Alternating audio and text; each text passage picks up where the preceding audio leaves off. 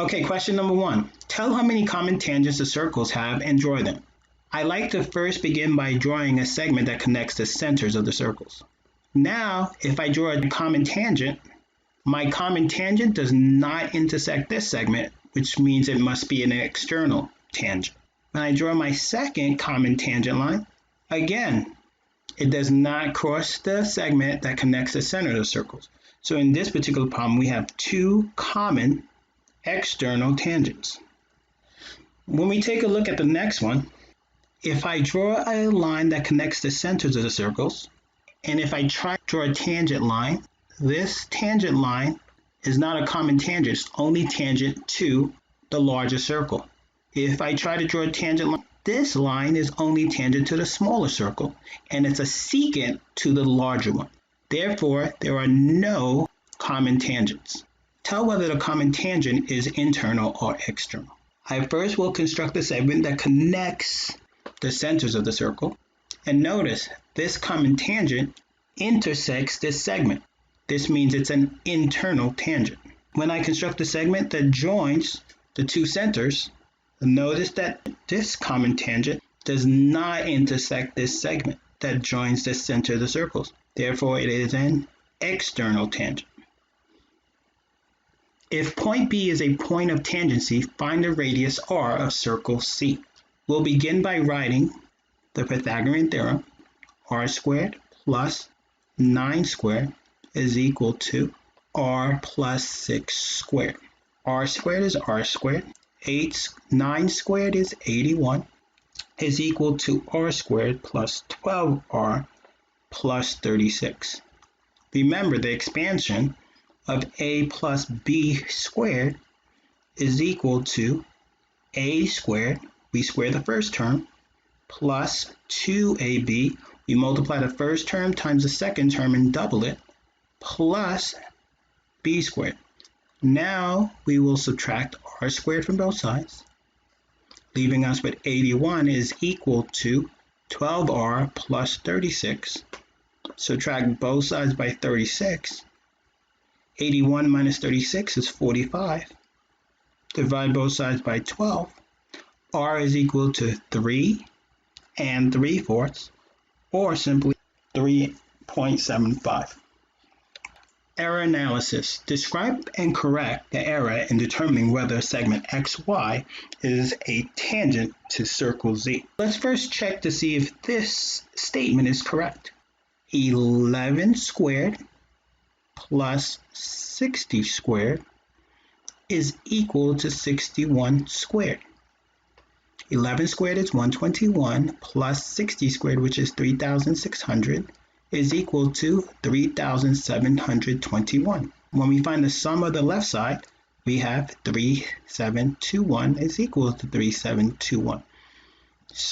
Therefore, this statement is correct, and this is the work we did to figure out if a segment is the point of tangency. But unfortunately, this is my right angle. And since the segment of tangency is here, my right angle should be here. So therefore, point X is the point of tangency, not point Z. If we wanted to try this out, the Pythagorean theorem should have been used like so.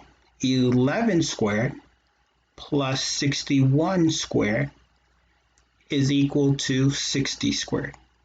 And we can see that this is not true. So segment XY is not tangent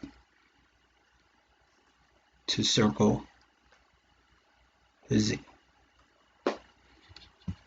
Error analysis. Describe and correct the error in finding the radius of circle T. Assuming that point S is the point of tangency, we know that this is a right angle. Remember, we're making this assumption. We'll write the Pythagorean theorem down. A squared plus b squared equals c squared. We'll subtract b squared from both sides. And we'll have c squared minus b squared equals a squared. And this is what they have here.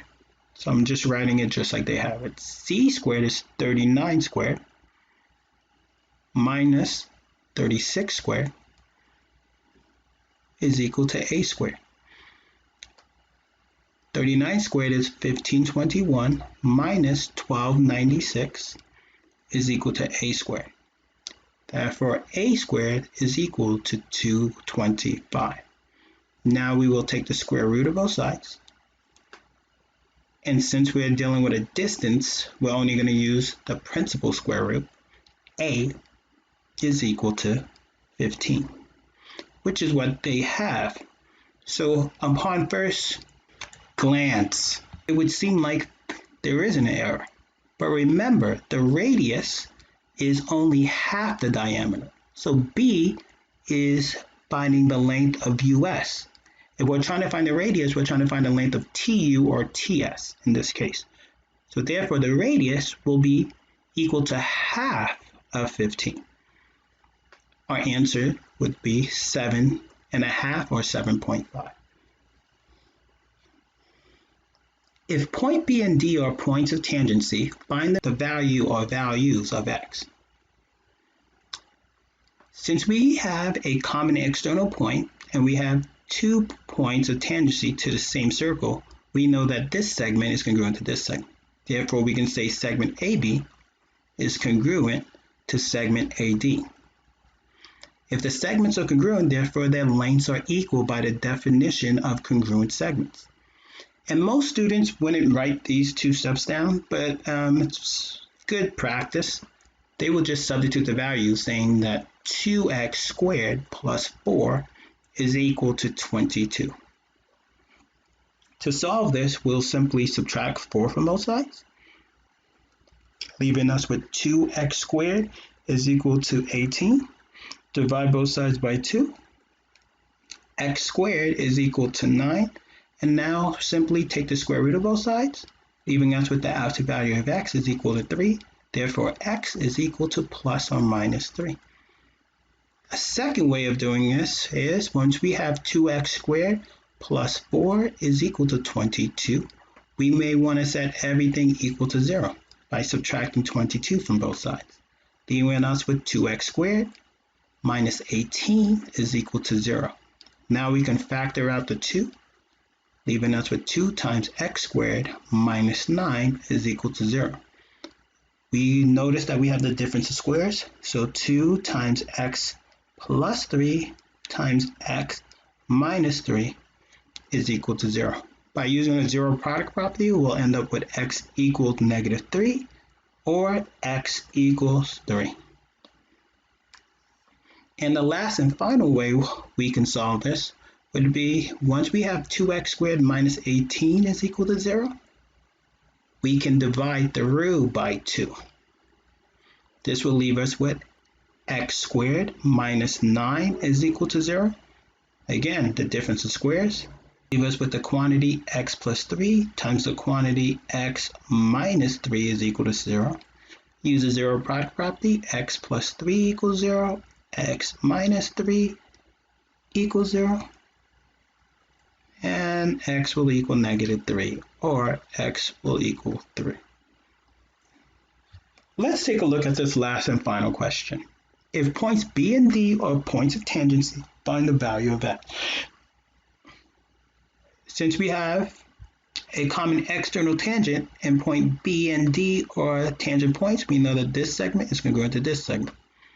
Therefore, we can write 3x squared plus 2x minus 7 is equal to 2x plus 5. First, we'll subtract 2x and add 7 to both sides. This will leave me with 3x squared is equal to 12. Divide both sides by 3. X squared is equal to 4. Take the square root of both sides. We get that absolute value of x is equal to 2, so x is equal to plus or minus 2. A second way of solving this same exact problem is if we have 3x squared plus 2x minus 7 is equal to 2x plus 5 is to subtract 2x minus 5 from both sides. Subtract 2x and subtract 5 from both sides. This will leave me with 3x squared minus 12 is equal to 0. Then we could divide through by 3. This will leave me with x squared minus 4 is equal to 0. We have the difference of squares, so x plus 2 times x minus 2 is equal to 0. Therefore, by using the zero product property, we will get x equals negative 2 or x equals 2, which is the same thing as plus or minus 2.